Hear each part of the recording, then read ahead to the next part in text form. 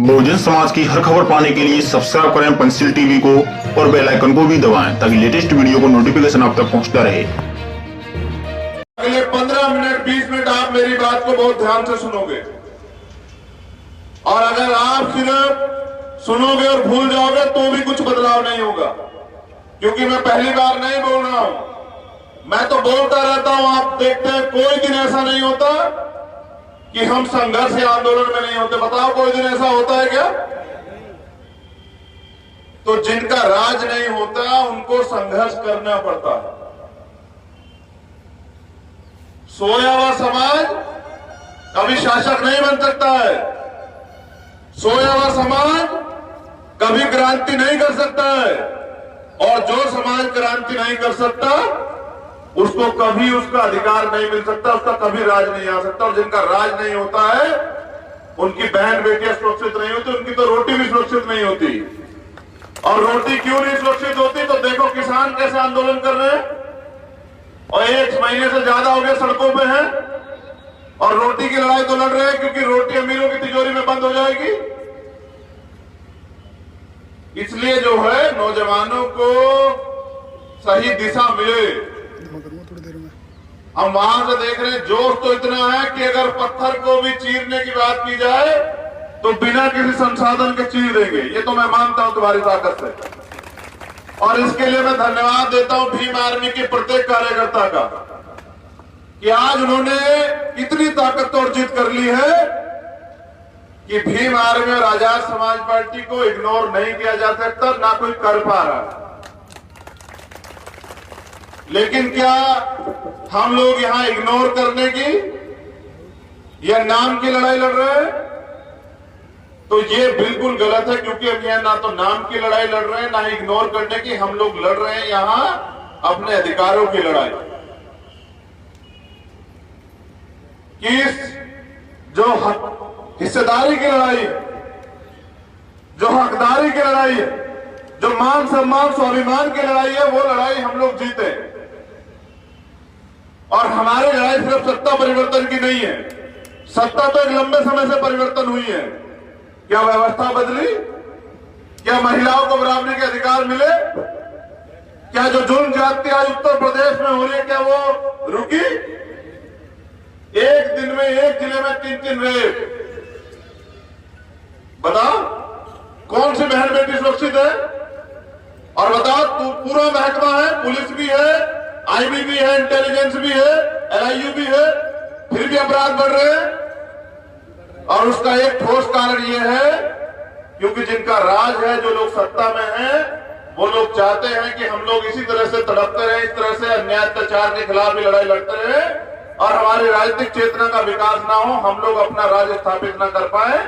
जबकि हमारे तमाम गुरु महापुरुष जो हुए हैं उन्होंने रोटी की लड़ाई नहीं लड़ी है। उन्होंने लड़ाई, अगर पहला इतिहास आप उठा के देखोगे तो लड़ाई है स्वाभिमान की लड़ाई, सम्मान की, गैर बराबरी के खिलाफ बराबरी की लड़ाई। और इस गैर बराबरी पर आधारित व्यवस्था को बदलने के लिए और बदलकर समता, समानता, बंधुत्व, भाईचारे पर आधारित व्यवस्था को लागू करने के लिए भीम आर्मी के लोग पिछले 5 साल से दिन रात मेहनत कर रहे हैं, आंदोलन कर रहे हैं, तमाम तरह से समाज को तैयार कर रहे हैं जा जाके, और उसके बाद वो मुकदमे भी झेलते हैं, लाठियां भी झेलते हैं, तमाम तरह की परेशानियां भी, लेकिन संघर्ष का रास्ता नहीं छोड़ रहे हैं। लेकिन आज मैं यहां इसलिए हूं क्योंकि अब हमें एक नए दौर में प्रवेश कर रहे हैं हम लोग। 3-4 दिन बाद आजाद समाज पार्टी को 1 साल हो जाएगा। 1 साल की पार्टी, जिस पार्टी ने आपकी मेहनत, आपके दम से इतनी पहचान तो बनाई है कि आज नौजवानों में यह विश्वास पैदा हो गया है कि उनको भी अधिकार मिलेंगे, वो भी, गरीब का बच्चा भी नेता बनेगा और गरीबों का भी राज आएगा। ये चेतना तो जागृत हो गई है, और ये चेतना भी जागृत हो गई है आपके संघर्ष से, चाहे हाथरस हो या ना हो, कि बहन बेटियां जो है भरोसा करती है हमारी माताएं कि जब इस टीम के हाथ में सत्ता की बागडोर आएगी, इनको मौका मिलेगा, तो बहन बेटियां सुरक्षित रहेंगी, और यहां तमाम तरह के जो अन्याय अत्याचार होते हैं वो भी खत्म हो जाएंगे। तो आज ये अवसर मिला इकट्ठा होने का, आमने सामने बात करने का, तो बस मैं आपसे कहना चाहता हूं कि बिना मांगे या मांगने से भी कुछ नहीं मिलने वाला। अगर आप कुछ चाहते हैं तो आपको उसके लिए संघर्ष करना पड़ेगा, और वो संघर्ष जमीनी होगा, तभी जाके समाज में एक जोश, एक क्रांति उत्पन्न होगी। और मैं आपसे पूछना चाहता हूं, जो नौजवान बैठे, बताओ पहले अपने दिल से पूछो, अपना राज चाहते हो नहीं चाहते हो? बताओ, क्या तुम्हारी बिगड़ी हुई बात को, या तुम्हारे जो अधिकार छीन लिए हैं, या जो तुम्हें इतना गिरा के रखा गया लंबे समय तक, कोई दूसरा इस लड़ाई को लड़ेगा? क्या कोई तुम्हारा अधिकार दूसरा तुम्हें दे देगा? इन अधिकारों को पाने के लिए पहले भी संघर्ष करना पड़ा और अब भी संघर्ष करना पड़ेगा।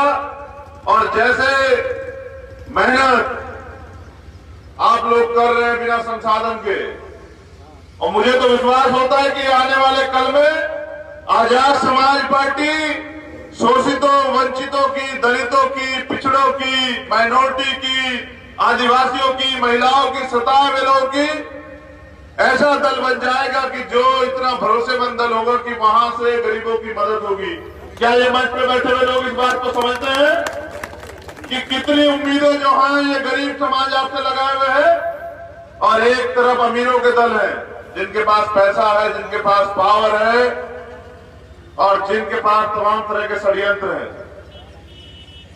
और एक तरफ आप गरीबों का दल है, जिनके पास ना संसाधन है, ना तमाम तरह की पावर है, जो पावर को इकट्ठा करने की लड़ाई लड़ रहे हैं।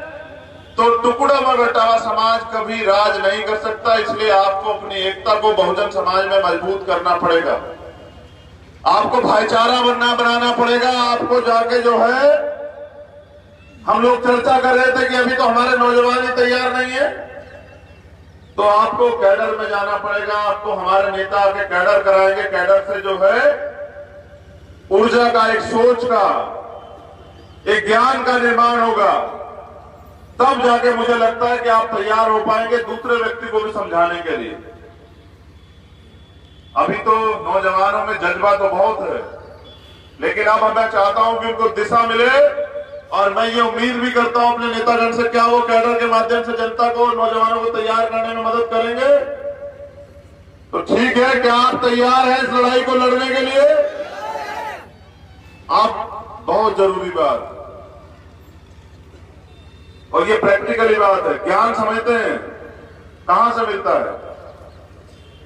कहां से मिलता है ज्ञान? शिक्षा से। और सोचिए कि अगर 10वीं क्लास आप पढ़े हुए तो आपको कितना ज्ञान होगा 10वीं क्लास तक का। और अगर आप 12वीं पढ़े हैं तो कितना ज्ञान होगा? और अगर आप ग्रेजुएट है तो कितना ज्ञान होगा? अगर आप पोस्ट ग्रेजुएट है तो कितना ज्ञान होगा?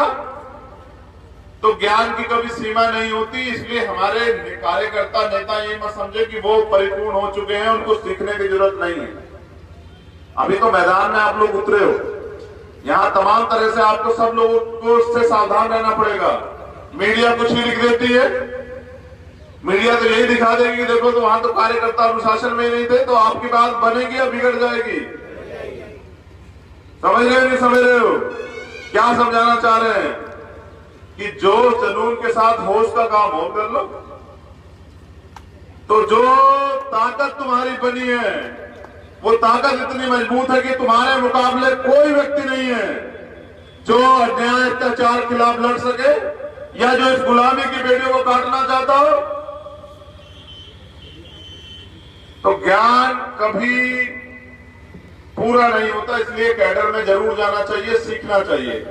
और कैडर से क्या होगा कि आपको राजनीतिक चेतना का निर्माण आप में होगा, और फिर आप दूसरे का सम्मान करना भी सीखेंगे और अपने सम्मान की सुरक्षा करना भी सीखेंगे। क्या आपको जरूरत नहीं है कि पुराने जो अनुभवी लोग हैं, जो घर पड़े हुए हैं, उनको इकट्ठा किया जाए? बताओ, एक और एक कितने होते हैं? और राजनीति में कितने होते हैं? एक और एक। राजनीति की भाषा समझ आती नहीं आती है? तो सीखना चाहिए नहीं चाहिए? बताओ। अब मैं फिर वही जो है, क्योंकि वापस मुझे समझाना पड़ रहा है कि अनुशासन तुम लोगों को, कि समझ जाओ और तैयार हो जाओ। ये लड़ाई तुम्हारे कंधों में लड़ी जाएगी, यहां कोई और नहीं आएगा लड़ने के लिए। लेकिन ये समझिए कि वो सपना जो है, जो महापुरुषों का था, समता समानता बंधुत्व पे आधारित समाज, गैर बराबरी को के खात्मे का समाज, वो भी अधूरा और उसके लिए संघर्ष करना पड़ेगा। और उसके लिए चाहिए आपको गांव गांव जाके बूथ कमेटियों का निर्माण करो, ब्लॉक कमेटी का निर्माण करो, विधानसभा कमेटियों का निर्माण करो और भाईचारा स्थापित करो। तमाम जो वंचित समाज के लोग हैं उनको हिस्सेदारी दो, उनको नेता बनाओ, उनको साथ लो और तब जाके जो है मुझे लगता है कि हमारी बनी हुई बात जो लंबे समय तक आज तक नहीं बनी है, तब जाके हमारी बात बनेगी। और मुझे तो और खुशी होती है जब मैं अपनी बहनों को देखता हूं। अब तो हम पे जो है बहन भी नेता है, बताओ, और वो भी संघर्ष कर रही है। यहाँ तो बराबर के हिस्सेदारी में महिलाएं बैठी हुई है। ये माता बहनें क्या भरोसा करती है नहीं करती है, बताओ बीमार में आजाद समाज पार्टी में जो दोनों हाथ उठाएगा उसी की बात मानेंगे। ठीक है, तो ये लड़ाई जो है ये राजकाज की लड़ाई, और जिनका राज होता है उनके सारे काम संवर जाते हैं।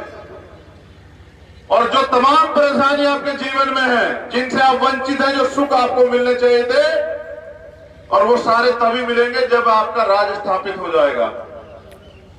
तो अब क्या राज स्थापित करने की लड़ाई को हम लोग लड़े? बताओ, लड़े या ना लड़े? तुम्हारा ध्यान मेरी तरफ है या नहीं है?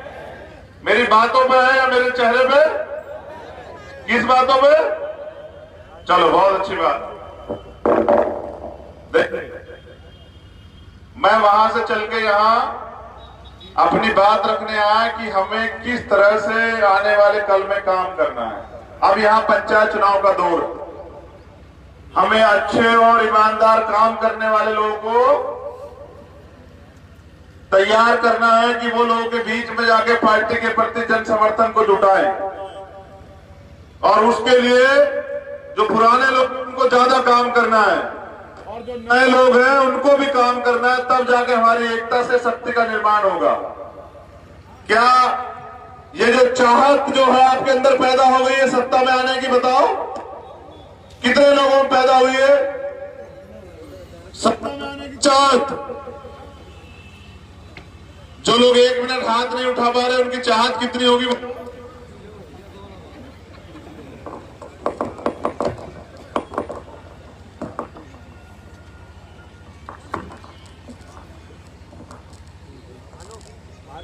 देखो, चाहत से ताकत का निर्माण होगा। अगर आपका फैसला सच्चा है, कहा मानव काशीराम साहब ये कहते थे कि तमन्ना अगर सच्ची हो तो रास्ते हजार होते हैं, और तमन्ना अगर झूठी हो तो बहाने हजार होते हैं। अगर आपकी तमन्ना सच्ची है और आप चाहते हैं कि परिवर्तन हो, आप चाहते हैं कि ये सरकारें, जो सरकारें आप पे अत्याचार कर रही है, अन्याय कर रही है, आपके अधिकार छीन रही है, वो उनसे आपको मुक्ति मिले, तो आपको उनसे ज्यादा मेहनत करनी पड़ेगी। और अब सरकार में बात करें तो देखिए, एजुकेशन का बजट कम कर दिया है, धीरे धीरे आरक्षण खत्म कर रहे हैं, धीरे धीरे जो है सरकारी डिपार्टमेंट खत्म कर रहे हैं। सरकारी नौकरी नहीं मिलेगी तो क्या हम लोग आगे बढ़ पाएंगे? आरक्षण खत्म हो जाएगा तो क्या हम लोग जो है आर्थिक रूप से संपन्न हो पाएंगे?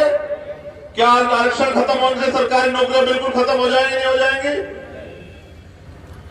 तो ये लड़ाई जो है ना, वो एक तरफ अपने एजेंडे पे काम कर रहा है और दूसरी तरफ आपका एजेंडा है कि वंचित समाज को हक अधिकार मिले। क्या कोई पानी दे देगा क्या हमें थोड़ा सा?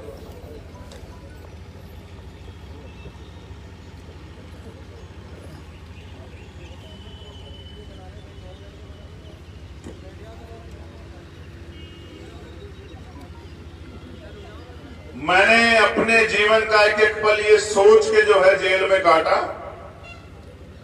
कि जब मुझे मौका मिलेगा तो मैं किसी और के साथ ये नहीं होने दूंगा। एक एक पल मैंने सोच के काटा कि अगर मैं जिंदा यहां से चला गया तो लड़ूंगा लड़ाई और तैयार करूंगा उस समाज को, जो समाज जो है तमाम तरह से सताया गया है, उस पूरे बहुजन समाज को तैयार करूंगा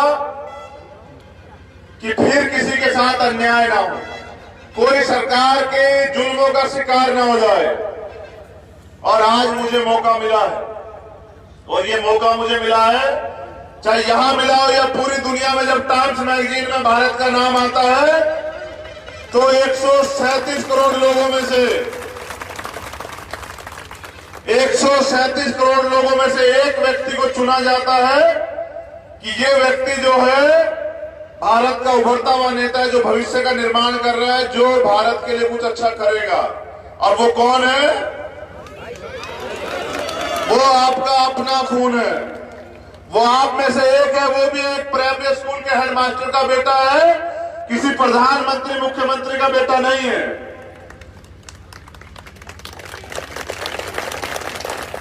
उसकी कमजोरी सिर्फ एक है कि वो गरीब का बेटा है, और कोई कमजोरी नहीं है। ना उसने कभी आपको छला है, ना कभी आपको धोखा दिया है, ना कभी आपके मान सम्मान से समझौता किया है, ना कभी कहीं अन्याय अत्याचार हुआ हो तो आपको कभी ऐसा नहीं रहा हो कि वो व्यक्ति पीछे खड़ा रहा हो। बताओ कभी ऐसा लगा है कि आपको?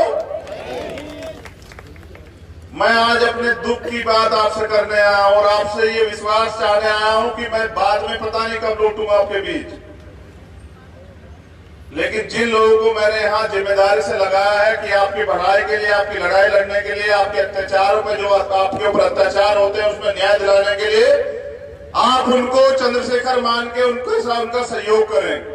क्या आप ये सहयोग करेंगे? क्या ये आप सहयोग करेंगे? ठीक है, अब हम शुरू करते हैं। अभी तो आप तैयार हुए, हमारे लोग तो तैयार थे।